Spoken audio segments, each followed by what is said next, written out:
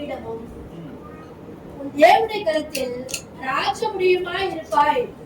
கர்த்தருடைய கரத்தில் அலங்காரமான கிரீடமும் ராஜ முடியுமாய் இருப்பாய். கர்த்தருடைய பார்வையில எது அலங்காரம்? நம்முடைய பார்வையில அலங்காரம் வேற. நம்மள அலங்கரிச்சுக்கிற காரியமே வேற. தேவனுடைய பார்வையில எது அலங்காரம்? மனவாதம் சொன்ன பரிசுத்தம். தேவனுடைய பார்வையில எது அலங்காரம்? பரிசுத்தம் என்பது பிரித்தெடுக்கப்படுதல். பரிசுத்தம் என்பது நாம் உலகத்தான் வாழ்ந்து கொண்டிருக்கிறோம்.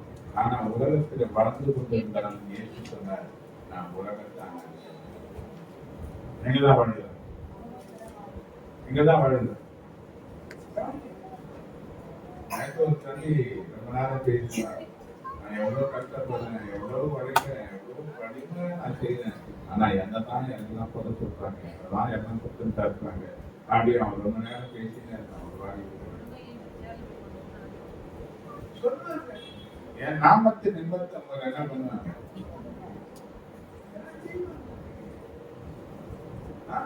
பலன் எங்க இருக்குன்னா அது தேவனிடத்துல இருக்குது. மனுஷனிடத்துல நமக்கு பலன் இல்லை, மனுஷனிடத்துல நமக்கு வேதனைகள் தான். ஆனா பலன் யாருக்கு இருக்கு? தேவனிடத்துல இருக்கு. தேவன் நாம் செய்த எதையுமே அவர் மறந்து விடுவதற்கு அணில் உள்ளவர் கிடையாது. அவர் எல்லாவற்றையும் ஞாபகத்தில் வைக்கிறவர், ஞாபகத்தில் எழுதி வைக்கிறார். அல்லேலூயா, அல்லேலூயா, அல்லேலூயா. நாம் செய்த நன்மைக்கு பலன் இல்லாம போகாது. ஒரு ராஜா முதலா என்றதான ஒரு மனுஷன் செய்தத அந்த நாளாக டைரி எதுல எழுதி வச்சாங்க. அவன் ஒரு நாள் பாருங்க தூக்கம் வரலன்னு சொல்லிட்டு அவன் டைரியை படித்து பார்க்கலாம் என்னென்ன சம்பவங்கள் நடக்குதுன்னு பார்த்தீங்கன்னா, அந்த ராஜாவுக்கு நன்மை செய்த ஒரு மனுஷனை பற்றி எழுதப்பட்டு அவன் பேர் முதல்ல. உடனே ராஜா இவனுக்கு ஏதாவது செய்தாங்களா? அவனுக்கு ஒன்றும் செய்யல. அந்த சூழ்நிலை பார்த்தீங்கன்னா, இவனை தூக்கில போடுகிறதுக்கு அந்த தளபதி ஆகிய ஆமா கையெழுத்து வாங்க எங்க வராங்க கண்டிப்பா. ஆமா நினைக்கிறான் இன்னைக்கு முதல் ஆயிரம் தூக்கில போட்டுக்கணும். ஆனா தேவன் நினைச்சாரு ஆமான இன்னைக்கு தூக்கில போறோம். யாருக்கு யாரு வராங்க? அதாங்க இப்ப அவங்க தூக்கம் வந்து எதை பார்த்தான்? உடனே ஒன்றும் செய்யலன்னா உள்ள பார்த்தான். யார பார்த்து நிக்கிறது? அதுதான் ஆமா நிக்கிற வரலாம். வர சொல்லிட்டு கேட்கலாம், ராஜா கணம் பண்ண வேண்டிய மனுஷனுக்கு என்ன செய்யணும்? அவன் ஒன்னே நினைச்சான், நம்மளை தவிர யாரு ராஜா கணம் பண்ண? ராஜா யாரு குதிரை யாரும் ராஜா போற ட்ரெஸ்ல போகணும். ஒரு பிரதானி குதிரை கரிவாரத்தை பிடிச்சிருந்து ராஜா கணம் பண்ணுகிற மனுஷனுக்கு எவ்விதமா செய்யப்படும் கட்டினே போனது. இப்ப இந்த 2 பேர் இருக்கிறாங்க. ஆமா முதல்ல இப்ப முதலாய் சாதத்துக்கு தான் அவங்க என்ன பண்ற அதிகாரத்தை வாங்கிட்டு வராங்க. இப்ப யார் சாக போறாங்கன்னு நினைக்கிறீங்க நீங்க? ஆமான குறித்து ஆண்டது. இப்ப அவன் சாவத்துக்கு முன்ன யார அவமானப்படுத்த நினைச்சானோ, யார கொல்ல நினைச்சானோ, இப்ப யாரை கொண்டு கர்த்தர் இப்ப முதலாய கனப்படுத்துறாரு பாத்தீங்கன்னா, யாரு சாபத்துக்கு முன்ன எவன் அவமானப்படுத்த நினைச்சானோ, எவன் அந்த குலத்தையே அழிக்க நினைச்சானோ, அவங்கிட்டயே அந்த பொறுப்பை கொடுத்து முதலாய கனம் பண்ணுற வேலையை அவங்க ஒப்பு கொடுத்தாங்க. அப்படிதான் நாங்கள் அழிக்க நினைக்கிறவங்க, நம்மளுக்கு தீமை செய்ய நினைக்கிறவங்க, அவங்கள நம்ம பாதத்துல கொண்டு வந்து அவங்களை கொண்டே நம்ம உயர்த்துற காரியத்தை செய்கிறதுல ஆண்டவராகி இயேசு கிறிஸ்து எக்ஸ்பெக்ட். அல்லேலூயா, அல்லேலூயா. ஏன்னா பிரித்து எடுக்கப்பட்ட ஜனங்கள் தான். நம்ம யாரு? உலகத்தினால அழுதப்படலாம், அசத்தியா எண்ணப்படலாம், நம்ம புறக்கணிக்கலாம், ஆகாதுன்னு சொல்லலாம், தாழ்த்தப்பட்டவன் சொல்லலாம், நிருபம்னு சொல்லலாம். ஆனா தேவ சமூகத்தில் நிறுத்த திரும்ப பெற்ற ஜனங்கள் நாம. தேவனோடு பேசக்கூடிய ஸ்லாக்கியத்தை பெற்ற ஜனங்கள் நாம. பரலோகத்துல வாசம் பண்ணுவதற்கு தேவனிடத்துல வாக்குறுத்தம் பெற்ற ஜனங்கள் நாம.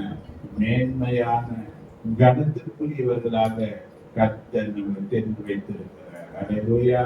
ஏனென்றால் நாம் அவருக்கு என்று பரிசுத்தம். நாம யாரு? உலகம் நம்மளை வெறுக்கணும். உலகம் நினைக்கிற மாதிரி ஒரு பொருளாதாரத்துல நம்ம இல்லாம இருக்கலாம், ஒரு படிப்பு இல்லாம இருக்கலாம். ஆனால் ஒரு முறை ஞாபகம் வந்து சொல்றேன், அண்ணா நகர்ல ஒரு வீட்டுத்தலைவர் ஜெபிக்க எனக்கு கொடுத்துருந்தாங்க.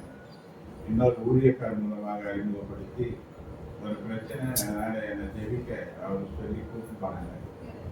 பெரிய வசதி நிறைஞ்ச வீடு. அந்த வீட்டுக்குள்ள போய் ஜெபிக்கணும்னா எனக்கு ஆரம்ப காலகட்டங்கள் அங்க வீட்டுக்குள்ள போனோம்னா எனக்கு ஒரு பையன் அந்த வீடு எல்லாம் பார்த்தாங்க, சுற்றி காட்டினாங்க. எல்லா வீட்லையும் எல்லா ரூம் நீட்டி அந்த ஆளுல பெரிய துப்பாக்கி வேலை மாட்டி வச்சிருக்கேன். ஒரு ஜமீன்தார் குடும்பம் மாதிரி பெரிய இந்த குடும்பம். அந்த சோஃபாலாம் நான் சொல்லியிருக்கிறேன், நான் உட்காந்து பாதி உள்ள போயிட்டேன். சோஃபா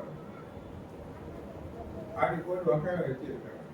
ஏன்னா அவன் படிப்பை பார்த்தா என்ன படிப்பு படிச்சிருக்கிறான்னு தெரியல, அவருக்கு பெருசா இருக்குது.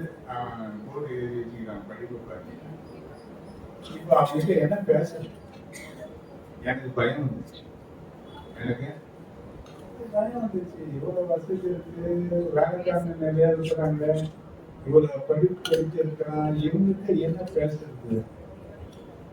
அப்படியே நான் ஆவியில நிறைஞ்சு உள்ளுக்குள்ள உட்காந்து மெதுவா எனக்குள்ள ஜெபம் பண்ணி நாங்களோட பிரார்த்தனை இருக்கிறேன். பரிசுத்த ஆவியானவர் பேச ஆரம்பிக்கிறேன். அவனுக்கு வசதி இருக்கிறது உண்மைதான், பெரிய பங்களா தான், இதெல்லாம் உங்ககிட்ட இல்லைன்றதும் உண்மைதான். ஆனா இதை பார்த்து நீ பயப்படாத, இதெல்லாம் அவனுக்குள்ள இருக்குது. ஆனா அவனுக்குள்ள நான் இல்லை. இதெல்லாம் உனக்குள்ள இல்லாம இருக்கிறான், அவன் கூட தான் இருக்கிறேன். நான் என்ன சொல்றேனோ அதை மட்டும் நீ பேசுங்க. அதை பேசி அவன் மேல கையை விட்டேன். அவன் போய் 4 ஆட்சி கொடுத்தாங்க. கவனிங்க, அது பிறகு அவர் நல்ல ஆளுக்கு சாட்சி கொடுத்தாரு. அன்னைக்கு அவன் தற்கொலை பண்ணிக்கிறதுக்கு 4வது முயற்சி. அன்னைக்கு அவன் தற்கொலை பண்றதுக்கு முடிவு கட்டிட்டான். அன்னைக்கு அவன் குடும்பத்தாருக்கு சொன்னாங்க, ஒரு பார்த்து வராது, ஆண்டவர் அவரை பயன்படுத்துறாருன்னு சொல்றாங்க. அவர் நம்ம வீட்டுக்கு ஜெபிக்கு இன்னொருத்தர் கூட்டின்னு வராரு, அவர்கிட்ட ஜெபம் பண்ணினா நல்லாவுன்னு சொல்றாங்க. நீங்க என்ன பண்ணுங்க சொன்ன, சாக போறவங்க கொண்டாடி பேசி ஏன் கட்டுனா என்னதான் சொல்ல போறாங்க ஊழியக்காரன் நினைச்சு அவர் கொஞ்ச நேரம் உட்காந்துருவது. இன்னைக்கு அவர் ரட்சிக்கப்பட்டவரா மாதிரி அவர் பார்த்தீங்கன்னா ஒரு கை அவருக்கு சரியா இருக்காது, பாரம்பரியம் எடுத்தவங்க. ஆனா அவருக்கு நிறைய அசுத்தாக இருந்து கஷ்டப்பட்டு என்ன சொல்ல வர்றாங்க, வசதி வாய்ப்புகள் இருக்கலாம், ஆனா தேவன் இருக்கிறாரா என்பதுதான் கேட்கிறேன். தேவன் யாரையும் உயர்த்துகிறதுக்காக வல்லமை உள்ளவர்களாக இருக்கிறது. நமக்கு அதுதான் தேவை. ஏன்னா இந்த உலகத்துல அவர் என்ன பார்க்கிறாரு, இலைய பார்க்க வந்த இலையில அத்தி மரத்துல இருக்கிற கனிகளை பார்க்க வந்த தெய்வம். அப்ப முதல் காரியம் சொன்ன பரிசுத்தம். 2வது காரியம் நீதிமொழிகள் 4:1.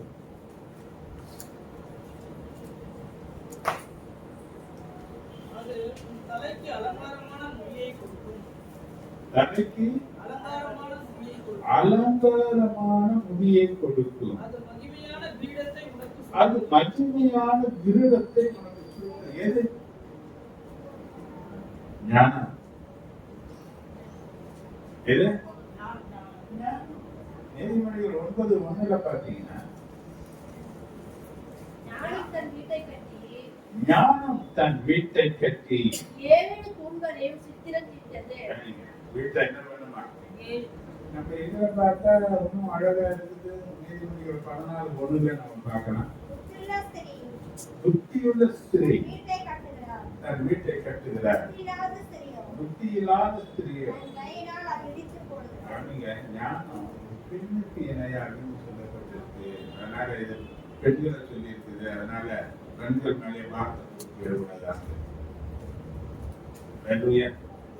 அல்லேலூயா, அல்லேலூயா. அது நீங்க சொல்லப்பட்டிருக்கு, ஞானம் தன் வீட்டை கட்டும், புத்தியுள்ள ஸ்திரீ தன் வீட்டை கட்டும். ஞானத்தை கர்த்தர் அந்த ஓமானத்திற்கு கொண்டு வந்து சொல்றாரு. இன்னைக்கு நாம இந்த ஞானத்தை வைத்துக் கொண்டு கட்ட வேண்டிய காரியங்களை கட்ட வேண்டும். நீதிமொழிகள் 24:3 பார்த்தீங்கன்னா,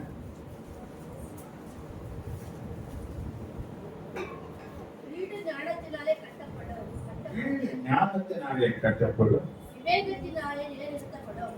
விவேகத்தினாலே நிலைநிறுத்தப்படும்.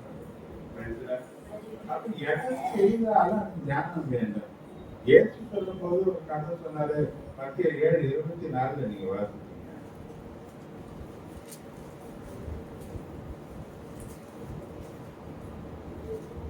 ஆகையால் நான் சொல்லிய இந்த வார்த்தைகளை கேட்டு இவைகளின்படி செய்கிறவன் எவனோ அவனை கண்மலையின் மேல் தன் வீட்டை கட்டின புத்தியுள்ள மனுஷனுக்கு சொல்லுகிறேன். யார் புத்தியுள்ள மனுஷன்? யார் ஞானம் நிறைந்த மனுஷன்? ஞானம் என்றால் என்ன? பார்த்தீங்கன்னா நீதிமொழிகள் 1 அதிகாரம் 7 வசனத்தில் சொல்லப்பட்டிருக்கு. கர்த்தருக்கு பயப்படுதலே ஞானத்தின் ஆரம்பம். ஞானத்தின் ஆரம்பம். எங்க ஆரம்பம்? கர்த்தருக்கு பயப்படுதல். எப்படி பயப்படுதல்? கர்த்தருக்கு எப்படி பயப்படுது? கர்த்தருக்கு பயப்படுதல் என்றால் என்ன? ஒரு மனுஷனுக்கு எப்படி பயப்படணும்னு நமக்கு தெரியும் இல்லையா? அப்படியே இருப்பாங்க, திடீர்னு ஓரக்கண்ண பார்ப்பாங்க, பார்த்து பார்க்கல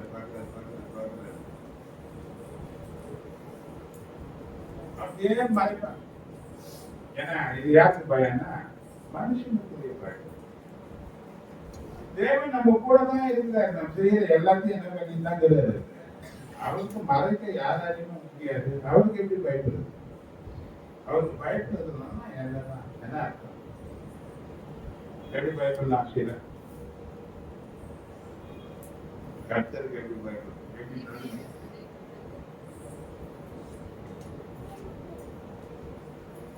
பயப்படாம எனக்கு தெரியாது. பாஸ்டர் பயம்ன்றாங்க எங்களுக்கு என்னன்னு தெரியாது. அது சரியில்லாமா? ஏன்னா நாங்க சிங்க, எனக்கு பயப்படலாம் தெரியாது. அது சரியில்லாம என்னதான் சொல்லுது? பயப்படுறதுன்னா என்ன? கர்த்தருக்கு பயப்படுறதுன்னா என்ன?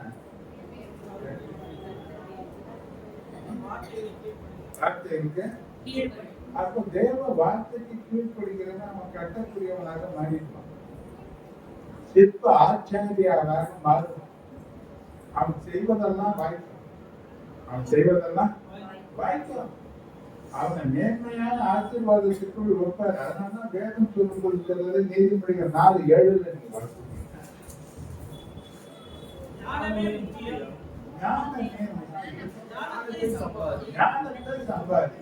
என்னத்தை சம்பாதித்தாலும் எதை சம்பாதி? புத்தினா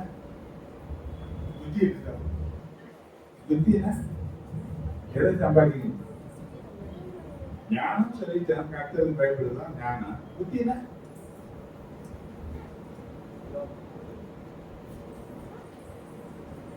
ஹலோ, புத்தினா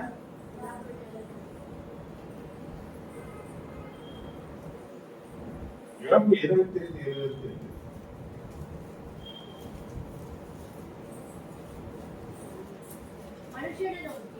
மனுஷனை நோக்கி இதோ ஆண்டவருக்கு பயப்படுவதே ஞானம். ஆண்டவருக்கு பயப்படுவதே ஞானம். பொல்லாப்பை விட்டு விலகுவதே புத்தி என்றார். எது புத்தி? எதெல்லாம் தெரிஞ்சது அதிலிருந்து விலகும்.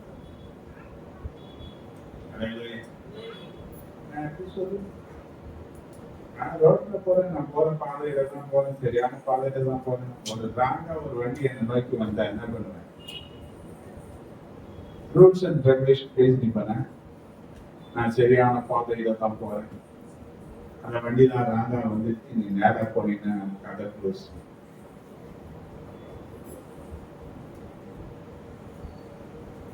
வேதனையை விட்டு விலக்கு செய்கிற ஒரு வல்லமையான காரியத்தை ஞானம் செய்யும்.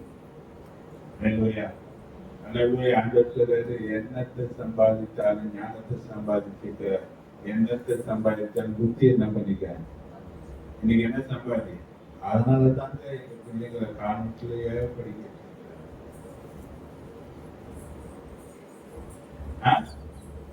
எதுதான் முக்கியத்துவம்? ஆண்டவர் சொல்றாரு, 1 கொரிந்தியர் 1 எல்லா வசனத்திலும் ஞானி எங்கே? ஞானி எங்கே? வேதபாரகன் எங்கே? வேதபாரகன் எங்கே? பிரபஞ்ச தர்க்க சாஸ்திரி எங்கே? பிரபஞ்சத்தின் தர்க்க சாஸ்திரிகள் எங்கே? உலகத்தின் ஞானத்தை தேவன் பைத்தியமாக்கவில்லையா? எதுதான் உழுந்து படி பிள்ளைகளை படி படி படி முடிச்சு எடுக்கிறாங்க. அப்படி தோற உதிக்கிறாங்க. ராத்திரியும் பகலும் ஓயாத வேலை. வேலைதான். என் பேத்தி சொல்லுவா, இப்பதான் படிச்சுடுவாங்க. எத்தனை மணி? 9 மணி. எத்தனை மணிக்கு வராங்க? 3 மணிக்கு வராங்க. வந்ததுக்கு 6 கையில பாட்டிக்கிறாங்க. சக்கரை புரியுற மாதிரி புரியுறாங்க. அதுக்கு வேற எதுக்குமே நேரம் கிடையாது. விளையாட நேரம் கிடையாது. எந்த போறதுக்கு நேரம் கிடையாது. என்ன படிப்பு? எது படிக்கணும்? வழக்கம் சொல்றது அதான் திருட முடியாத சொத்து. அதுதானே எது திருட முடியாத சொத்து? படிப்பு தான். ஆனா இதை சொல்றாரு, உலக ஞானம் பைத்தியமா இருக்கு.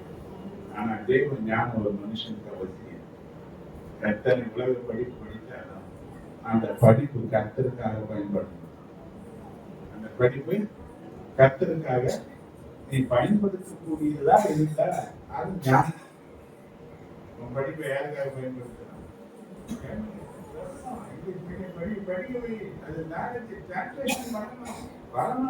பல இடங்களில் தேவனை மகிமைப்படுத்துவதற்கு அந்த பிள்ளைகள் பயன்படுத்துவதற்கு அந்த படிப்பு இருக்குமானால் அந்த பிள்ளைகள் மிகுந்த ஆசீர்வாதம் உள்ளவர்களாக மாறுவாங்க.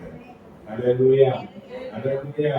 கர்த்தருக்கு முன்பாக பைத்தியருக்கு ஞானம், உலக ஞானத்தை மட்டும் சொல்லி கொடுத்துட்டு கர்த்தருடைய ஞானத்தை நீ விட்டுட்டீங்கன்னா அது டேஞ்சர். உலக ஞானத்திலிருந்த கர்த்தருடைய ஞானம் நம்ம பிள்ளைகளுக்கு நம்ம கற்றுக் கொடுக்கணும். சின்ன வயசுல பிள்ளைகளுக்கு வேத வசனத்தை சொல்லிக் கொடுக்கணும். உட்கார வைத்து சொல்லிக் கொடுக்கணும். ஏன்னா அது முன்னால வைத்த கடமை. பிள்ளைகளை 5ல நீ வளர்க்கணும். 5 வயசுலேயே பிள்ளைகளை சரியான நிலையில வளர்க்கணும். இல்லைன்னா அது உன்னை வளர்ச்சி. நம்ம கிடைக்காத ஒரு பாக்கியம். சின்ன வயசுல யாரும் நமக்கு சொல்லி தரல. ஆனா இப்போ நாம கற்றுக்கொண்டு இருக்கிறோம். இந்த ஞானத்துல பிள்ளைகள் வளர்க்கணும். வசனத்துல வளரணும். வசனத்துல தெரிந்தவர்களாக இருக்கணும். ஏன்னா வசனமே அது ஞானம். வசனம் தான் தேவனுடைய பயப்படுதல். வார்த்தை தான் வசனம். வார்த்தை தான் ஒரு மனுஷன் யார் என்பதை காண்பிக்கிறதுக்கு வார்த்தை முக்கியம். தேவன் யார் என்பதை தெரிந்து கொள்வதற்கு தான் ஆதியில வார்த்தை இருந்தது. அந்த வார்த்தை தேவனிடத்தில் இருந்தது. அது தேவனா இருந்தது என்று சொல்லப்பட்டிருக்கு. வார்த்தை தான் தேவன் யார் என்பதை வெளிப்படுத்தி காண்பிச்சது. அந்த வார்த்தை தான் சொல்லுது இந்த ஞானம் தேவ ஞானம். இந்த தேவ ஞானத்தை கேட்கறதுக்கு சொல்றாரு. நீதிமொழி 2ஆம் அதிகாரம் 6-7 வசனங்கள்.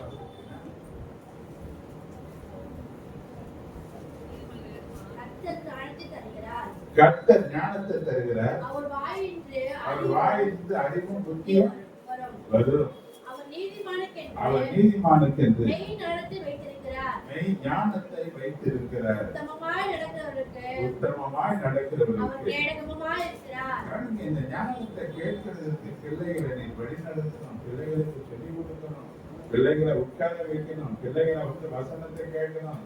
சண்டே கிளாஸ்ல இந்த பிள்ளைகள் நல்ல நிலையில வளர்க்கிறதுக்கு நீங்க ஊக்கமும் ஆக்கமும் தந்த பிள்ளைகளை சண்டே கிளாஸ்ல பழக்க வைக்கணும். ஏன்னா இன்னைக்கு நல்ல நிலையில மேன்மையான நிலையில இருக்கிற எந்த மனுஷனையும் நீ விசாரிச்சுப்பாரு. அவன் சொல்லுவான் எதையாவது சின்ன வயசுல நான் சண்டே கிளாஸுக்கு இருக்கிறேன். சின்ன வயசுல நான் படிக்க இருக்கிறேன். நான் கிறிஸ்டின் ஹாஸ்டல்ல இருந்திருக்கிறேன். எதையாவது ஒரு காரியத்தை சொல்லுவாங்க. ஏதாவது ஒரு நிலைகளில ஆண்டவர் அவங்களுக்கு போதிக்கப்பட்டிருக்காங்க. அல்லேலூயா. அல்லேலூயா. நமக்கு என்ன வேணும்? என்ன வேணும்? யாக்கோபு சொல்றாரு 3வது அதிகாரம் 15 17 வசனங்களை வாசிங்க. இப்படிப்பட்ட ஞானம் எப்படிப்பட்ட ஞானம்? பரத்திலிருந்து இறங்கி வருகிற ஞானமே இராமல் பரத்திலிருந்து இறங்கி வருகிற ஞானமா இராமல் லௌகீக சம்பந்தமானதும் லௌகீக சம்பந்தம் உள்ளதும் ஜென்ம சுபாவத்துக்குரியதும் என்ன சுபாவத்துக்குரியது பேய்த்தனத்துக்கு அடுத்ததுமாய் வேதனத்திற்கு அடுத்ததுமாய் இருக்கிறது. வைராக்கியமும் வைராக்கியம் விரோதமும் விரோதம் எங்கே உண்டோ எங்கே உண்டோ அங்கே கலகமும் அங்கே கலகம் சகல துர் இச்சைகளும் உண்டு. சகல துரிச்சைகள் உண்டு. பரத்திலிருந்து வருகிற ஞானமோ பரத்திலிருந்து வருகிற ஞானமும் முதலாவது சுத்தமுள்ளதாய் முதலாவது சுத்தமுள்ளதாகி பின்பு சமாதானமும் பின்பு சமாதானமும் சாந்தமும் சாந்தமும் இரக்கமுள்ளதாயும் இணக்கமுள்ளதாயும் இரக்கத்தினாலும் இரக்கத்தாலும் நற்கனியினாலும் நற்கனியினாலும் இறந்ததாயும் நிறைந்ததாயும் பட்சபாதம் இல்லாததாயும் பட்சபாதம் இல்லாததாயும் மாயற்றதுமாய் மாயமற்றதுமாய் இருக்கிறது. பரத்திலிருந்து வருகிற ஞானம் எப்படி இருக்கும்? அப்ப உலகத்தின் ஞானத்துக்கும் பரத்திலிருந்து வருகிற ஞானத்துக்கும் என்ன வித்தியாசம் இருக்கா? எந்த ஞானம் வேணும் நமக்கு? பரத்திலிருந்து வரக்கூடிய ஞானம் வேணும். அல்லேலூயா.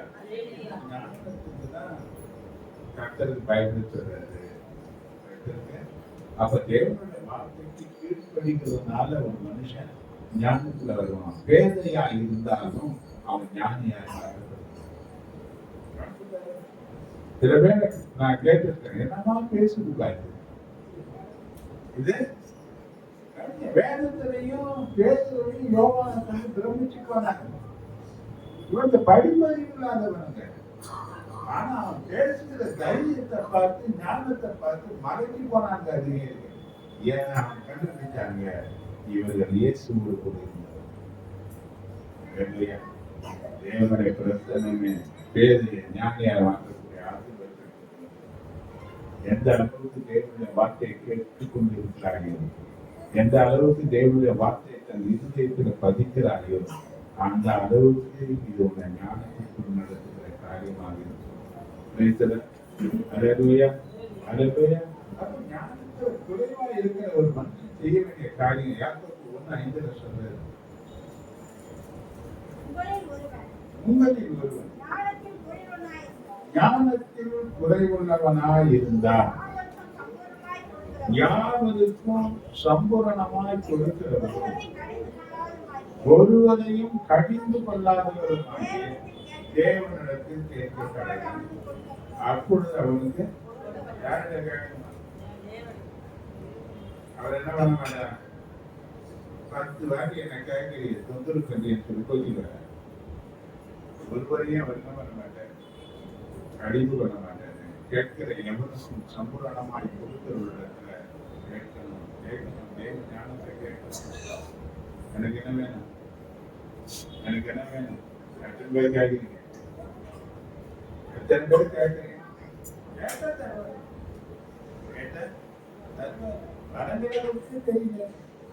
தெரியல கேட்டுருக்கீங்க. அதனுடைய பயன்பாடு என்னன்னு தெரிஞ்சா கேட்டுருக்கீங்க. அப்படி பயன்படுத்தும் போது கிடைக்கக்கூடிய பெரிய ஆசீர்வாதத்தை நீ புரிஞ்சிருந்தா கேட்டிருப்பீங்க. இப்ப இந்த வரத்துல ஞானத்தை போதிக்கிற வசனம் ஒண்ணு இருக்கு, அறிவை உணர்த்துற வசனம் ஒண்ணு இருக்கு. இது வெளிப்பாட்டின் வரமாக இருக்கு. இந்த வரங்கள் மறைவானங்களையும் கண்டுபிடிக்கக்கூடிய ஒரு வரம். உங்க வீட்டுல என்ன நடந்ததுன்னு இங்க இருக்கு தெரியும். சொன்னா இல்லையா, பெனாத்தா ராஜா கிட்ட ஒரு வேலைக்காரன் இருந்தான். சொன்னா அவனுக்கு ஒரு ஆச்சரியமான ஒரு காரியம், அவன் எங்கெங்க பாலையும் திறக்கணுமோ அதெல்லாம் கண்டுபிடிச்சுதான் இஸ்ரவேல் ராஜா. அவனுக்கு சொன்னது யாருன்னு பார்த்தீங்கன்னா எலிசா இருக்குது. இவன் நினைச்சு நான் யாரா நமக்கு கூடவே இருந்து உணவாதி இருக்கிறான், யாரா கூடவே இருந்து துரோகம் பண்றாங்க, அவனுக்கு யாரும் சொல்றவன் அப்படின்னு கேட்டு எனக்கு சொல்ல மாட்டீங்களா, எனக்கு சொல்ல மாட்டீங்களா, யார் இந்த துரோகி எனக்கு சொல்ல மாட்டேன்னு கேட்கிறான். ஒரு மனுஷன் ஒரு வேலைக்காரன் ராஜாவே படுத்த அறையில பேசுறது கூட இஸ்ரவேலில இருக்கிற தீர்க்கதரிசி இந்த ராஜாவுக்கு சொல்லிடுவான். அவனுக்கு மறைவானதெல்லாம் ஒண்ணும் கிடையாது என்று சொல்றான். ஒண்ணு எங்க பேசுறது? கவனிச்சு பாருங்க, ராஜாவினுடைய கொழுக்கை அறைக்கு யாரும் போக முடியாது, பலத்த காவல் இல்லையா, பல அடுக்கு பாதுகாப்பு போட்டு வச்சிருப்பாங்க. அவரை சீக்கிரமே எங்க போக முடியாது. அவ்வளவு ரகசியமா தான் கொண்டாடிட்டு பேசுறது கூட யாருக்கு தெரிஞ்சிருக்கும். எப்படி தெரியும்? இந்த வரணும், இந்த வரணும். அப்போ ரகசியமான பல காரியத்தை அறிந்து செயல்படுகிறதுக்கு இந்த ஞானத்தை போதிக்கிற வசனம், அறிவை உணர்த்துற வசனம் அவசியம்னா இதுக்காக எவ்வளவு போராட்டு இருக்கிறாங்க, எவ்வளவு போராட்டம், என்ன நடக்குது என்றது சொல்லி உன் தப்புகளை உணர்த்து வைக்கிறதுக்கு தீர்க்க தரிசன வாதம் அவசியம். அப்ப இந்த தீர்க்க தரிசன வரங்களை பெற்றுக் கொள்வதற்கு எவ்வளவு போராட்டம், என்ன செய்யும்? எதை வரும் உட்காரம் எஞ்சி போறோம், என்னதான் செய்யணும், என்ன பண்றோம்? அங்க எழுதி வைக்க அதெல்லாம் நமக்காக வைக்கப்பட்டிருக்கிற வரம். துரோகிகளான மனுஷர்களுக்குள்ளே வாசம் பண்ணுறதுக்காக ஏற்றுக்கிறது என்ன பண்ணாரா, வரங்களை பெற்றுக் கொண்டாராம். யார் கூட வாசம் பண்றதுக்கு? ஏன் நாங்க நன்றிகளாதவங்க, நம்ம யாருதான். ஆனா யாரு கூட இருக்கணுமா, அவர் யாரு கூட இருக்கிறார் என்பதை காண்பிக்கிறதுக்கு வரங்க. அப்ப இந்த வரங்கள் ரொம்ப யோசிக்கமா இருக்கிறது மட்டும்தான் கிடைக்கும்னு நினைக்காத. துரோகிகளா இருந்தாலும் நன்றி கட்டவனா இருந்தாலும் அவர் வரத்தை கொடுக்கிறதுக்கு அவர் ஆயத்தம் உள்ளவராக இருக்கிறாரு. பயன்படுத்துகிறதுக்கு நீ ஆயத்தமா என்பதுதான் கேள்வி. ஏன் பயன்படுத்த மாட்டாங்கன்னா இந்த வரங்களை விட்டு பிரித்த அந்த அளவுக்கு ஞானம். யாரோ ஒருத்தர் எடுத்து பயன்படுத்துறாங்கன்னு சொன்ன நான் சாதாரண நிலையிலிருந்து வந்தவன் தான். பலமான பாவ வாழ்க்கையில என் பின்னணி அதுதான். என்னை எடுத்து பயன்படுத்த தேவனால முடியும்னா என்னோட நல்லவங்க தானே நீங்க, உங்களையும் எடுத்து பயன்படுத்த மாட்டேற, தெய்வான செய்ய மாட்டேற. ஏன் பயன்படுத்த கூடாது, நீங்க ஏன் கேட்க கூடாது? வரும்போது எவனும் எதுவுமே கொண்டு வரல, கொண்டு வந்ததும் ஒண்ணும் கிடையாது, கொண்டு போவதும் ஒண்ணும் கிடையாது. எல்லாம் அனுபவிக்க தேவன் தான் நமக்கு கொடுத்தாரு. இந்த உலகத்துல என்ன இருந்தாலும் ஒரு குண்டூசியை கூட நம்மளால கொண்டு போக முடியாது, எது கூட கொண்டு போக முடியாது. அப்ப எல்லாமே இந்த உலக காரியத்துல உலகத்துக்காக அனுபவிக்கிறது மட்டும்தானே நம்ம கேட்கிறோம். ஏன் உன்னதமான தேவனுடைய நாமம் மகிமைப்படுவதற்கு, அவர் ராஜ்யத்தை கட்டுவதற்கு, அந்த ராஜ்யத்துல திரளான ஜனங்களை கொண்டு போய் சேர்க்கிறதுக்கு, தேவ சேனையில நாம் இணைஞ்சிருக்கிறதுக்கு, பராக்கிரமசாலி என்ற வீட்டுல என் பேர் உண்டாகிறதுக்கு, தேவனுடைய நாமத்தின் மகத்துவத்திற்காக நான் செயல்படுவதற்காக ஏன் நீங்க வரங்களை கேட்கக்கூடிய ஞானம் உள்ளவங்களா இருக்கக்கூடாது? தேவன் பாரபட்சம் உள்ளவர் கிடையாது. தேவன் ஞானம் பட்சபாதம் உள்ளது கிடையாது. வாங்க இருந்தா தருவார், ஏங்க இருந்தா தருவார், தாக்கம் இருந்தா தண்ணி இருக்கா இருக்குதா? கொஞ்சம் நல்லா யோசனை பண்ணிருப்பாரு. சொன்னது சங்கீதம் 12ஆம் வசனத்தை பாருங்க, 10-12 வாசி. 9ஆம் சங்கீதம்.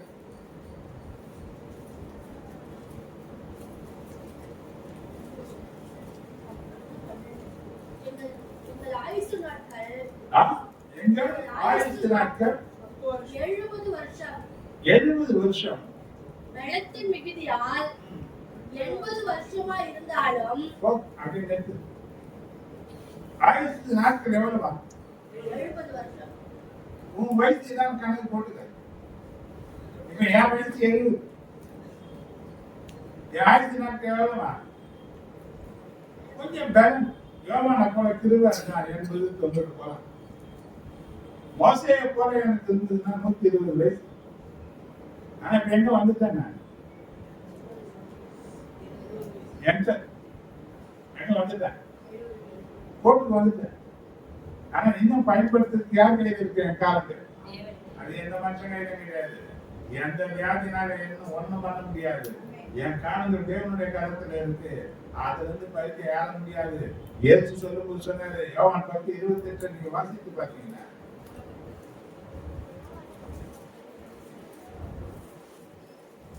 நான் அவர்களுக்கு நித்திய ஜீவனை கொடுக்கிறேன், நான் அவங்களுக்கு நித்திய ஜீவனை கொடுக்கிறேன். நித்திய ஜீவனை கொடுக்கிறேன். அவைகள் ஒரு காலம் கெட்டு போவதில்லை. அவைகள் ஒரு காலம் கெட்டு போவதில்லை. ஒருவனும் அவைகளை கையிலிருந்து பறித்துக் கொள்வதும் இல்லை. ஒருவனும் அவைகளை கையிலிருந்து எங்க பறிக்க முடியாது. சங்கீதம் 31:15 வாசித்து அதிலையும் வந்து பார்க்க.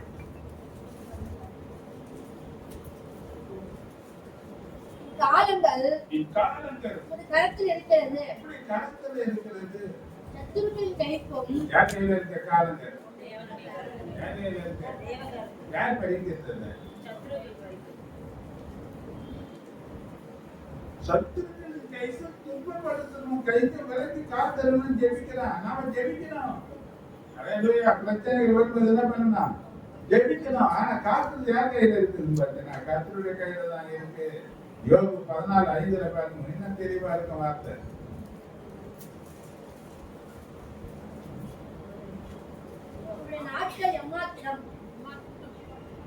நாட்கள் இம்மாத்திரம் என்று குறிக்கப்பட்டிருக்கிறீர்கள். மாதங்களின் தொகை உம்மிடத்தில் இருக்கிறது. கடந்து போகக்கூடாத எல்லையை அவனுக்கு ஏற்படுத்தினேன். அந்த எல்லையை போட்ட அது தாண்ட யாராக முடியாது. அதுவரை எங்களை தடுக்க யாராக முடியாது. அல்லேலூயா. தேவன் எங்களுக்கு போட்ட எல்லை போட்டு வரலாம் போறதுக்கு லைசன்ஸ் எங்களுக்கு. அல்லேலூயா. அல்லேலூயா. அதனால என்ன பண்ண வேண்டிய அவசியம் இல்லை. எதுக்குன்னே பயப்பட வேண்டிய அவசியமே கிடையாது. எந்த அதாயுதமும் இதாயுதமும் நிறைய பேர் கன்சுதான் எழுதி கேட்டுக்கிறாங்க. கேன்சர் தான் எங்கே நான் சொல்றதுக்கு என்ன பண்ணல, வெக்கப்படல சொல்லதான் செய்யறேன். கேன்சர் தான் 2 முறை கேன்சர் என்ன இருந்தாரு. வண்டி ஓடிந்தார். என்ன வண்டி ஓடிந்தான் இருக்குது. கர்த்தர் நடத்திதான் இருக்கிறாரு. எங்க நிறுத்தினது அவருக்கு தெரியும்.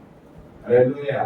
ஆனா ஆண்டவர் கொடுத்த அந்த ஞானம், தேவன் கொடுத்த அந்த கரம், அந்த பலம், தேவனுடைய கரம் நம்ம மேல இருந்து நான் முடிக்கிற அந்த காலகட்டத்துல நான் சொல்ல வேண்டும். யார மாதிரின்னா 2 தீமோத்தேயு 4:7 சொல்லப்பட்டபடி வாசிக்கும்.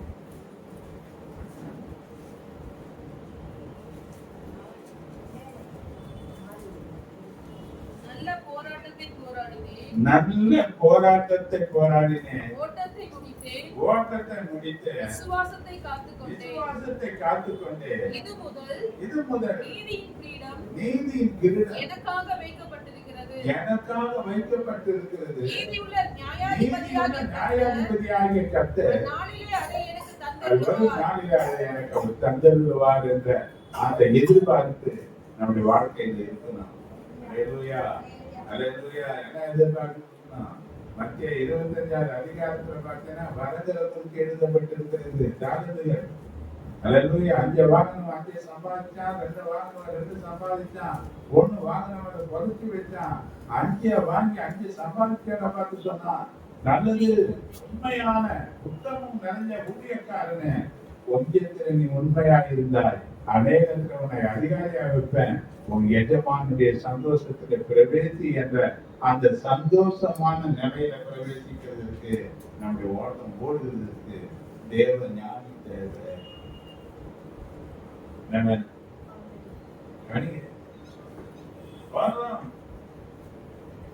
ஓடணும், நிறைய காரியங்களை செய்த வீட்டுக்கு போனோம். எங்க போய் கொண்டு போய் சேர்த்தாரு? சுகபத்திரமா வீட்டுக்கு போய் சேர்ந்தோம். வீட்டுல போய் உக்காந்து பெட்ல உக்காந்து பெட்ல படுத்தாங்க. சேர்ந்து உக்காந்து சேர்ந்து எஞ்சி முடியல. 6:45 மணிக்கு போன வீட்டுல 8:45 மணிக்கு எழுந்து உக்காந்து இடத்துல என்ன பண்ண முடியல. உடம்பு படி பேசுற. ஆனா திருப்பி நீங்க ஓட்டி வந்திருக்கு. உடம்பு வலிக்குது, முடியல, எழுச்சிக்க முடியல. ராத்திரி 2 மணி எழுச்சிக்கும் போது இது வரம் போடு. எதுக்கு எழுப்பினார் ராத்திரி 2 மணிக்கு? திடீர்னு ராத்திரி இருந்து உட்காந்து எங்க இருக்கிறான்? யாருக்கிட்ட பேசிக்கிறீங்க? எங்க பேசிக்கிறான்? இப்ப அதே நிலையில எழுச்சி ரெடி ஆயிடுச்சு. எங்க வந்துட்டேன் நடத்தினா ஒவ்வொரு நாளும் யார் நடத்திட்டு இருக்கிறது? பலவீனம் ஒரு பக்கம், பலவீனத்துல பெருந்தருகிற தேவன் இன்னொரு பக்கம். ஓடின்னு தான் இருக்கிறோம். ஏன் ஓடுறேன்னா நல்லது உண்மையான உத்தமமான ஊழியக்காரனே, நீ வா என் சந்தோஷத்துல என்ற அந்த அழைப்புக்காக ஓடிக்கொண்டிருக்கிறோம்.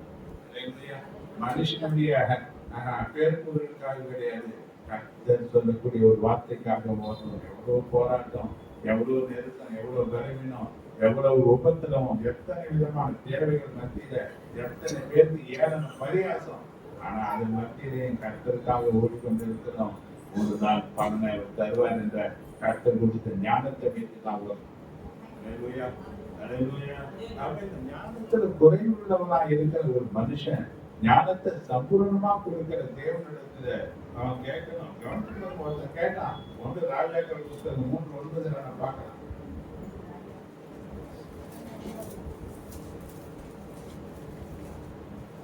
ஆகையால் ஜனங்களை நியாயம் விசாரிக்கவும், ஜனங்களை நியாயம் விசாரிக்கவும், நன்மை தீமை இன்னதென்று வரையறுக்கவும், நன்மை தீமை என்னதென்று வகையறுக்கவும், அடியேனுக்கு ஞானமுள்ள இருதயத்தை தந்தருளும். அடியேனுக்கு ஞானமுள்ள இருதயத்தை தந்தாரா?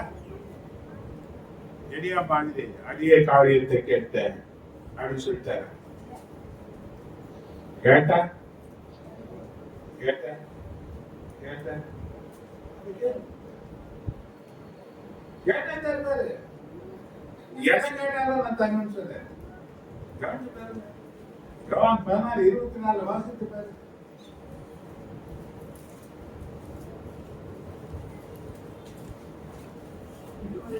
இதுவரைக்கும் நீங்கள் என் நாமத்தினாலே ஒன்றும் கேட்கவில்லை. கேளுங்கள், அப்பொழுது உங்கள் சந்தோஷம் நிறைவாய் இருக்கும்படி பெற்றுக் கொள்வீர்கள். எவ்வளவு பாருங்க, கோழி தன முத்தம் கொடுக்கலாம் அந்த வசனம்.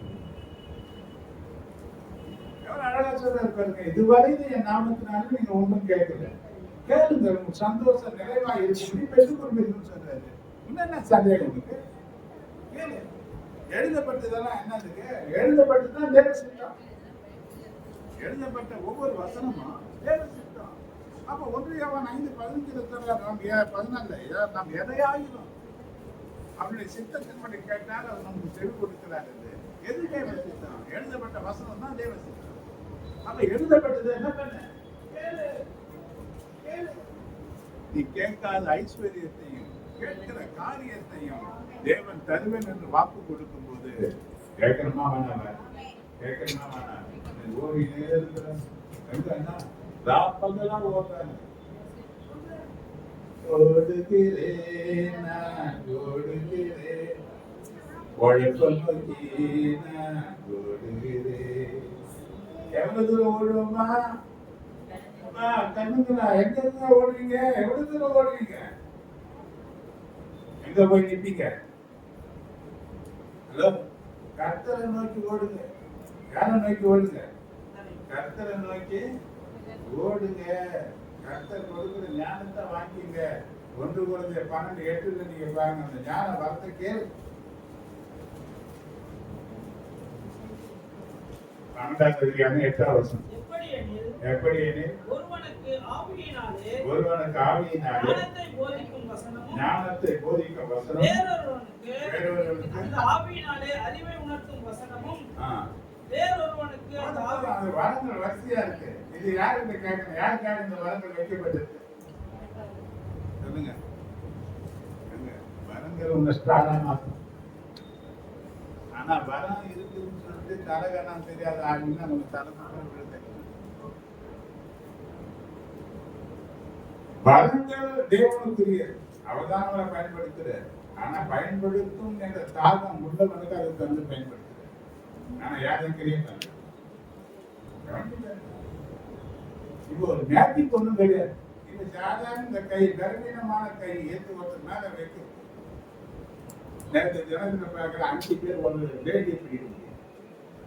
எத்தனை பேர்? இது என்ன கை? வயசானவன் கை. இந்த கையை எண்ணெயில துவச்சி நான் தேவனுடைய பிரசன்னத்துல நினைத்து வைக்கிறேன். ஒரு ஊழியக்காரனை குடிக்கிறதுக்கு 7 பேர் தேவையாது. என்ன பண்ண முடியல, விட்டா பறப்பாங்க போகுது.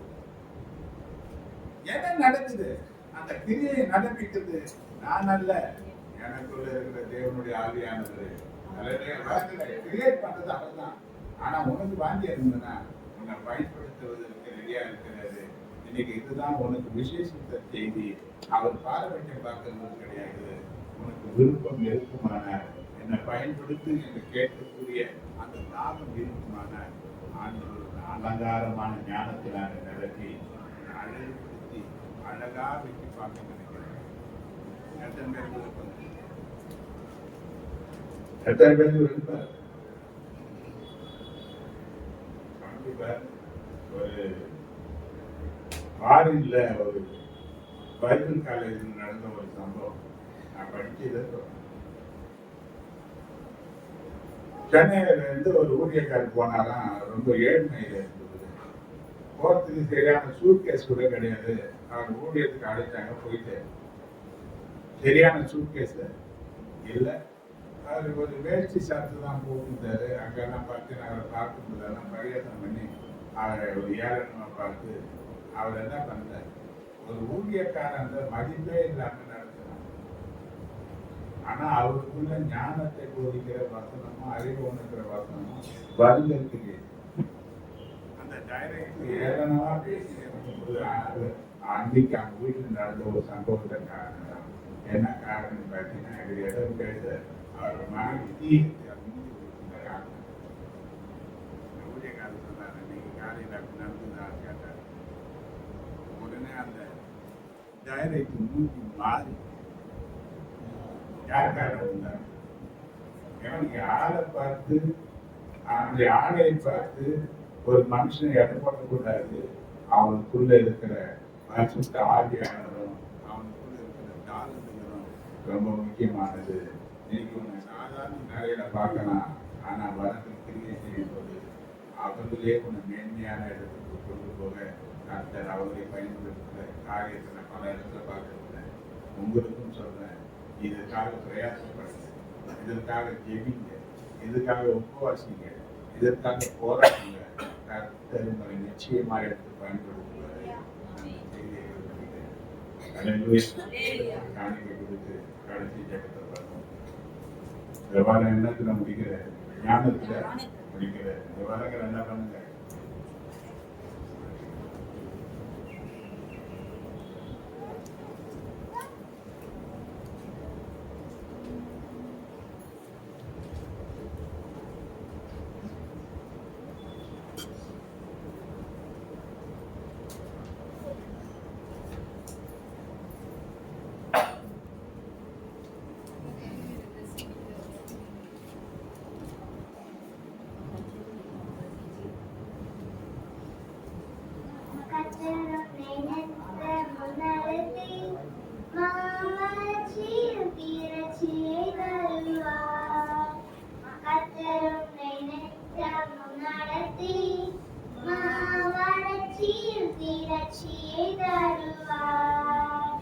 சொன்னதிலும் அதிகம் செய்வார், உன்னை நன்றியுடன் பாட செய்வார்.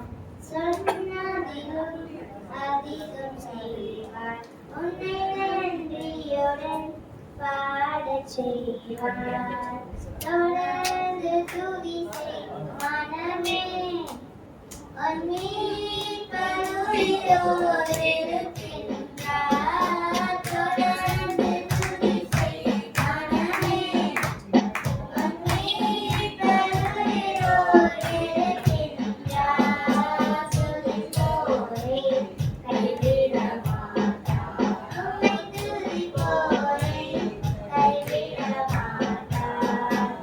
லோகத்தடியிலும் நீரை போக்கி மிகச் சொல்லை நடுநின்றே நீக்கி